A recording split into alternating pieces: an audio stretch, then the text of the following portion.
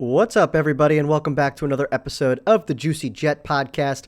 I'm your host, Kevin Rooney, and we are back for a random Friday episode because we are only 6 days away from the first round of the NFL Draft. So I'm getting excited, and I just really want to talk about some stuff that's going on. So I got a couple things. Number one, look at this awesome background I got going on here. Look at me, I'm getting smarter. What I've got behind me, for those of you that are not on YouTube watching this, is actually a screen grab from the NFL Draft in 2017 in Philadelphia. So I am going to go into a little bit later a story of the second draft I've ever gone to live, which was in Philadelphia back in 2017. So we'll talk a little bit about that. But before we do, I've got a trivia question for you, and don't worry, it is draft related. And then from there, we will go into, unfortunately, I don't want to have to talk about this, but I feel like we do, this Aaron Rodgers interview on the Pat McAfee show about his exit from the New York Jets. So before we get into all of that, let's start with our trivia question here. So my trivia question is, the New York Jets in the year 2000 had the most amount of first round picks in NFL history. How many picks was it? And who were the picks? Who were the people that we took? So the Jets had the most first round picks in the year 2000. How many was it, and who are the players that we took? So stick around for that one. But before we get into my little stroll down memory lane with our draft in 2017 in Philadelphia, let's talk a little bit about Aaron Rodgers, because we are the New York Jets and we cannot get away from all the drama. It's actually funny, like Aaron Glenn has said a million times that this is going to be a quiet offseason. You're not going to hear from us. And he hasn't been lying. Like, we really haven't heard from them at all. Not a lot of the players have really spoken. The coaches haven't really said a lot. We've really only heard from Muji and Glenn twice so far when they were introduced, and then at the Combine, and then maybe once at the owners meeting. So it's 3 times so far, which is kind of crazy. Like, I feel like we were hearing from Saleh every other week. We were hearing from Aaron Rodgers every single week. We were hearing from Sauce and Garrett and all those guys. But now it's been completely silent. Justin Fields, it's like you don't even know he's there. So, unfortunately, we're back into this. Now, Aaron Rodgers, for the first time in a while, goes on to Pat McAfee. Keep in mind, he still does not play for a team. He is unsigned. The Steelers are kind of waiting in the wings and waiting on him, and we're 6 days away from the NFL Draft. So they're going to have to figure out what to do if he doesn't say anything. I'm assuming he will before the draft, but who knows. So he goes on McAfee, and Pat is really trying to get him to talk about what's happening now, his future. So it gets kind of crazy because he's not really saying anything. He's talking about how he had a decent visit with the Steelers. It's up in the air. He could retire. We don't know. So he's really holding the team hostage, which he did to us. And it's just like the Aaron Rodgers way. He's the center of attention. Now, before I get into the rest of what happens on this interview, reminder that I am a diehard Aaron Rodgers fan. I will stand on whatever that guy does in most cases. He's my favorite quarterback of all time. He's probably one of my favorite non-Jets of all time. Well, until he became a Jet and wasn't that good. And for me, I think he is the best thrower of the football in NFL, at least in my lifetime watching quarterbacks play. I'm not saying he's the best quarterback of all time. I'm saying he's the probably most talented quarterback we've ever seen play. Now, for the rest of this, it felt like he went into this interview ready to bash the Jets. It's like he wanted to take back control of the narrative of what happened when he got released, even though there really hasn't been a narrative. If he just left things quiet, it would sound like he respectfully walked away from the team. We respectfully walk away from him, and everything's fine and dandy. But instead, he comes in guns blazing. He says, the Jets forced me to come to New York, fly on my own dime, and have a face-to-face meeting with them. Which, okay, first of all, no one asked you to go be in California when these meetings were about to happen. You have a place in New Jersey. Number 2, fly on your own dime. I'm guessing you didn't fly economy. So what'd you get, a private jet? You probably didn't need that. Second of all, you are the highest paid player literally in NFL history. No one has made more money than Aaron Rodgers. So to complain about the fact that you had to fly on your own dime is absolutely ridiculous. Next, he says he gets to Florham Park, sits down, and he's with Aaron Glenn by himself. And in the first couple seconds, Aaron Glenn gets up, leaves, and is looking for Darren Muji. Muji comes in. They basically say, "Are you interested in playing football next year?" And Aaron says, "I'm interested." This is kind of like a job interview. I know Aaron Rodgers is one of the best players of all time, but this is a new regime that you're trying to sell yourself to. I don't walk into a job interview and say, I'm kind of interested in doing this job that I'm applying for. What he does is he says, "I'm interested." And the instant he says that, Aaron Glenn says, "Well, we're moving on." So what really is happening here is he's getting fired. He's getting fired, and he's not happy about it. He thinks this is a meeting where it's a two-way street. We're going to have a conversation. I've fired a few people in my life, and I will tell you, they are not two-way streets. They are not conversations. Now, do I think the Jets could have handled that better? Yes. I think they could have sat him down, talked to him, tried to better understand what's going on in the organization. I think it would have really helped Glenn and Muji to understand from a legend's perspective, a quarterback's perspective, what was it like being a part of the New York Jets? Talk to them about, look, we're going to be rebuilding. We're starting from scratch. I don't really know what the future holds. I think that would have been a very amicable way of going about it, where we're having a conversation. Look, I don't think a veteran quarterback who's trying to win is the right person for us today. Therefore, we're gonna split. We're gonna part ways. We'll cut you so you can pick your own team. That kind of a thing. They could have gone that direction. I think it probably would have been better. But in their mind, this is Aaron Glenn's team now. New regime. Doesn't seem like he's taking any crap from anybody. So he's firing this guy. And Aaron, what it sounds like on this interview is what it sounds like from every single person who's ever gotten fired, where they go talk to their family, talk to their friends, probably put the blame on the company, put the blame on the person firing them, and don't take responsibility for their own actions. And I think that's the problem here. He went into this tirade where he's on Pat McAfee, where he's saying things are a mess. He's blaming the offense. He's blaming this. He's blaming the defense. When, like, in reality, like, you are a major part of the team, Aaron. Like, it's not like we won 10 games and we're excited to have you back. We won 5. And our offense couldn't score 30 points with you at quarterback. So I feel like he's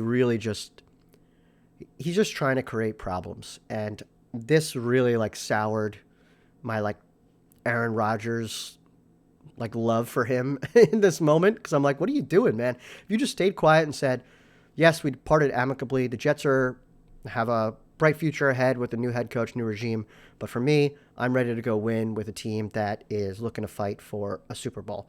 I had a great meeting with the Steelers, and we'll see what happens from there. That could have been it, but no, he's got to be so dramatic.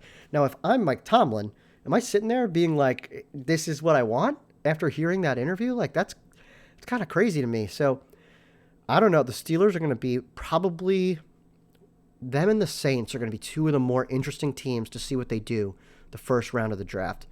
Because the Saints are sitting at, I believe, 9. Actually, let me look that up really quick. I know the Steelers are at 21. The Saints, sorry for all the type. Now you're going to hear all my typing in the background. But they're going to be the Saints, the reason why they're an interesting one is because Derek Carr potentially has to get shoulder surgery and miss the whole season before it even starts. So they need a quarterback as well. So we'll see what they end up doing. So, I don't know. Like, 21, that's far. Like, Shedur's not going to fall to 21, so they're going to have to move up, is my guess. But I don't think Shedur's going to be in the top 10. Like, Saints is the only one I'm really worried about. So we'll see how it goes, but it's going to be really interesting. But overall, the point is, I don't know why Aaron needed to go and rip the Jets apart, rip the new head coach, GM apart. Doesn't really make sense to me.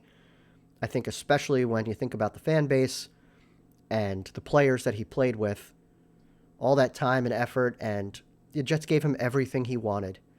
All of his friends came in. We literally did everything to make sure that, he was welcome and was going to be our starting quarterback that was going to lead us to the promised land. And it didn't work out. It was still the right decision at the time. We were desperate, but, he got hurt against Buffalo, and that was it. So, I don't know. I just felt like that was kind of a slap in the face to not just Aaron Glenn and Darren Muji, but to every fan, to every player, to all the people that work for the Jets or used to work for the Jets. And yeah, I was very disappointed by the whole thing. So we'll see if he goes back on Pat McAfee again. He's going to play for the Steelers, and we play the Steelers at home this year. It's going to be a primetime game.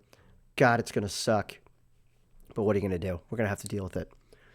All right, so enough of Aaron Rodgers. I really don't want to talk about him anymore up until we actually have to play him, whenever that's going to be. We'll find out in May.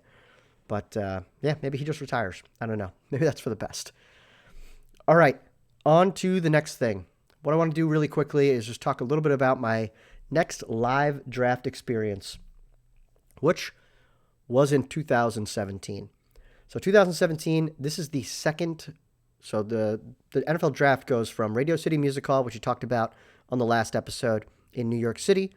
Then it goes to Chicago for 2 years. I didn't go to either of the ones in Chicago. I was poor, didn't have a job. I was just starting off, so yeah, couldn't do that. Then one of my best friends lives in Philadelphia. The draft comes to Philadelphia, so I'm going to go visit. I have no tickets, and this is really where the draft becomes the spectacle that it is today. And maybe it was in Chicago. Maybe it started in Chicago, but this is the first time I saw it. So if you look behind me, you could see in this picture, there's just an entire outdoor, this is the theater that I'm talking about, that outdoor theater that's set up. And behind it is going to be a massive field where all the folks that don't have tickets can stand and watch the draft on those big TVs that you can see there. And during the day, they have all these fun things set up. They have like merchandise stands. They've got stuff for the kids where they can kick field goals. They can throw footballs into hoops, and players come by. They can sign autographs. They can stick their head in a big helmet. You could see all the Super Bowl rings and helmets and there's interviews with the college players that are about to get drafted. So it's a really cool experience. Like, I got to meet Rich Eisen and people like that in my previous experience at drafts. So there's some cool stuff out there. There's foods from like the local areas, so like all the cheesesteak places were there. It's really fun it's a great day for kids. It's a great day for people to just go out and like do something fun and different that's not going to be back again. Because they really only repeated Chicago, and then they've gone to a different city every single year since.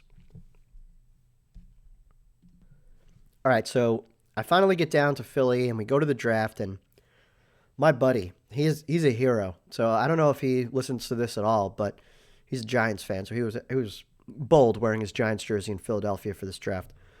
But he was coming off a torn ACL. And I didn't know what this draft was going to be like. I thought maybe we just there were seats or something. I didn't know how it was going to work. I didn't know if everyone sat on the grass. I wasn't sure. So we went, and we do the fun things, eat food, all that stuff. And then we go down to the theater area, and we stood on the grass in the back because we don't have tickets to get into the theater. Turns out there were 250,000 people there.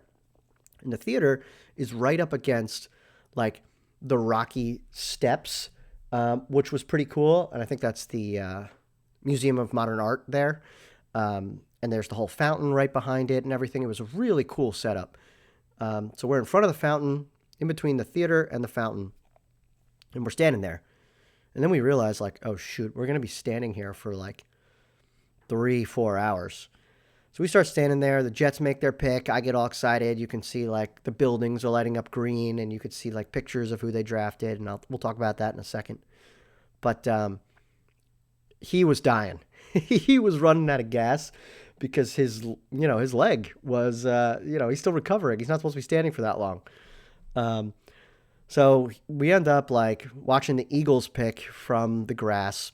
And I think I told this story before. They draft Derek Barnett. They all get pissed.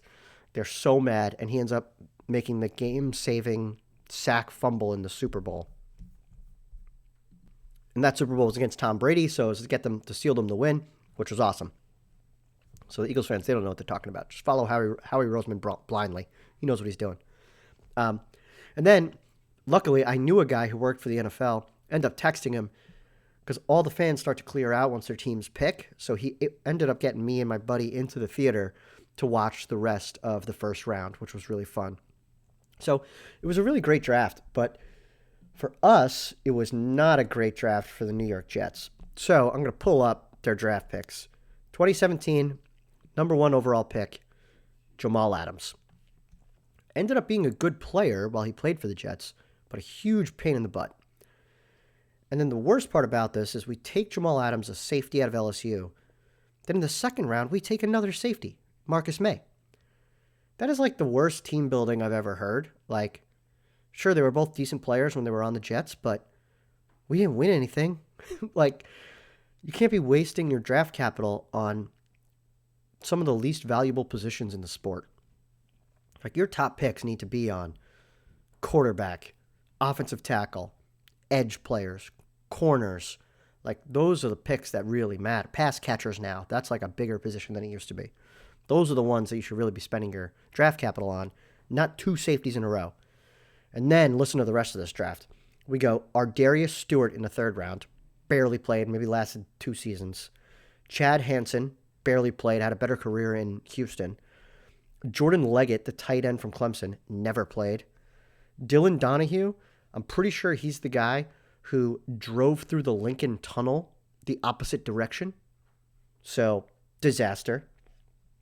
Elijah McGuire kind of played, but not really. He wasn't very good. Jeremy Clark, cornerback, and Derek Jones, cornerback. So out of that group, you maybe got Jamal Adams for 4 years. We traded him, and we ended up getting Garrett Wilson, and who else did we get out of that trade? AVT. So thank God for that trade, or else we would have been in big trouble because everyone else was kind of useless. Marcus May was good while he was with us, but didn't get to his second contract. So, oy vey, what a disaster. I think this was Mike McCagnon's draft. What a absolute disaster. And you can see why we haven't made the playoffs in 14 years, because not only did we not hit and keep the young players early in the draft, we had terrible team building by drafting 2 safeties, and then everyone else on the back half of the draft didn't even contribute to the team. You can't have your 3rd round pick and Ardarius Stewart never play. I think he fumbled once, then we cut him, and then that was it. Man, it's a disaster. Like, no wonder. It's so easy to see when you really look back on all the different draft picks that we've made.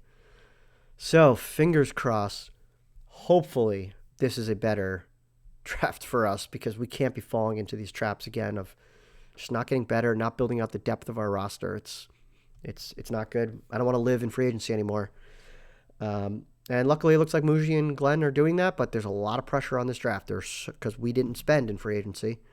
So that means you got to hit on these young players that you draft. So we'll see how it goes.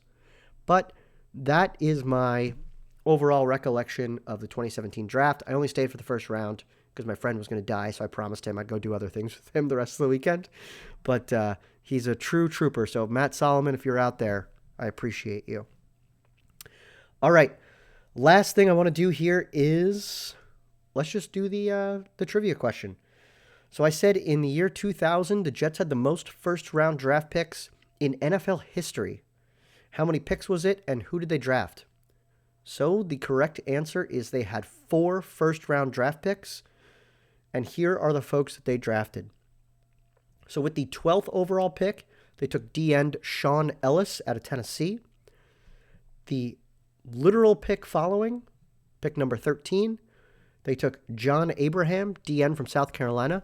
Funny part is I listened to Rich Samini's podcast, and I heard that Sean Ellis and John Abraham are actually really good friends. So instead of going to the draft, they're both at home, but they're together. So Sean Ellis gets drafted first by the Jets, and John Abraham's so excited for Sean Ellis, he didn't even have time to get excited for himself getting drafted by the same team because he was still celebrating Sean Ellis. And he didn't think he was going to be traded to the Jets, which was really funny, or drafted by the Jets. So Sean Ellis is one of the best Jets of my generation. He was on the team for 12 years. He was never like a all-pro, but he was solid. So props to Sean Ellis. John Abraham, best edge rusher the Jets have ever had in my lifetime, but he only lasted on the team for 4 or 5 years. and goes to Atlanta and becomes one of the best quarterback sackers of all time. So sucks that there's another occasion of us not keeping good players. So that was the first 2 picks we took. And then pick number 18, we take probably the best quarterback of my era, Chad Pennington, out of Marshall. So, and then he sits for a couple of years and becomes our starter, wins a couple playoff games for us. So he was a great one, but same situation. Unfortunately, we get Brett Favre because Eric Mangini really wanted him. Pennington goes to the Dolphins, and he wins the division with the Dolphins. So yeah, everything just comes back to bite us. But 3 great picks right there. That's an incredible draft if we only had 3 picks. And then we have pick 27, and we take tight end Anthony Becht out of West Virginia. Not a bad player. I thought he was okay. He really doesn't do much for us. I think the offense was kind of changing as, we had to change coaches a few times. I think we had Al Garo, then we went to Herman Edwards. So yeah, Anthony Becht, solid. I would say solid. It was pick 27, so it's a good late first round pick. And now he's still very involved with the team. He's actually in the radio booth. He replaced Marty Lyons last year. And he's actually a head coach in the UFL, I believe, right now. And his son is a starting quarterback for Iowa State. Chad Pennington's son is a starting quarterback as well. So it's funny how it makes me feel old. That's how it is. Well, what a great draft. And then not only that, in the 3rd round, we get Lavernius Coles. So, this is what I'm talking about when I say let's get a good draft. Obviously, we're not going to get 4 first-round picks. No other team has done that in history. But an incredible draft overall. Actually, I think the funniest part of this whole thing is actually how we got all these picks. So, Bill Parcells steps down as coach. Bill Belichick obviously becomes our head coach, resigns after 12 hours or whatever it was. And we hold him hostage and end up trading him. So we trade him for a first-round pick, as well as a bunch of other picks after that. And then we also traded Keyshawn Johnson for, I believe it was 2 first-round picks. I can't remember. But that's essentially how we were able to get the 4 first-round picks because of Keyshawn, Bill Belichick. And obviously getting a first-round pick for Bill Belichick at the time sounded like a pretty good deal. He wasn't that great of a coach with the Cleveland Browns. So, no one could have known he was going to become the greatest head coach of all time. And then, of course, draft Tom Brady in that same exact draft that we got those 4 first-round picks. So, what are you going to do? This is life of a Jets fan, but, man, I missed that draft. And I missed that team. But, all right, everybody, that is another episode of the Juicy Jet podcast. I appreciate everybody listening. I may come on tomorrow or Sunday to do either another mock, and then I'll probably do a final one on a final podcast maybe on Monday, just to do here are my predictions, hot takes, who the Jets are going to draft, who we should be excited about, who we shouldn't. And then Wednesday night, I will be out in Green Bay. So hopefully I can bring some of this recording stuff with me and still do some stuff. So, all right, everybody, I appreciate the time. Follow me on TikTok at JuicyJet25. Follow me on Twitter at KevinRooney25. I hope everybody has a great weekend, and I will talk to you soon. See ya.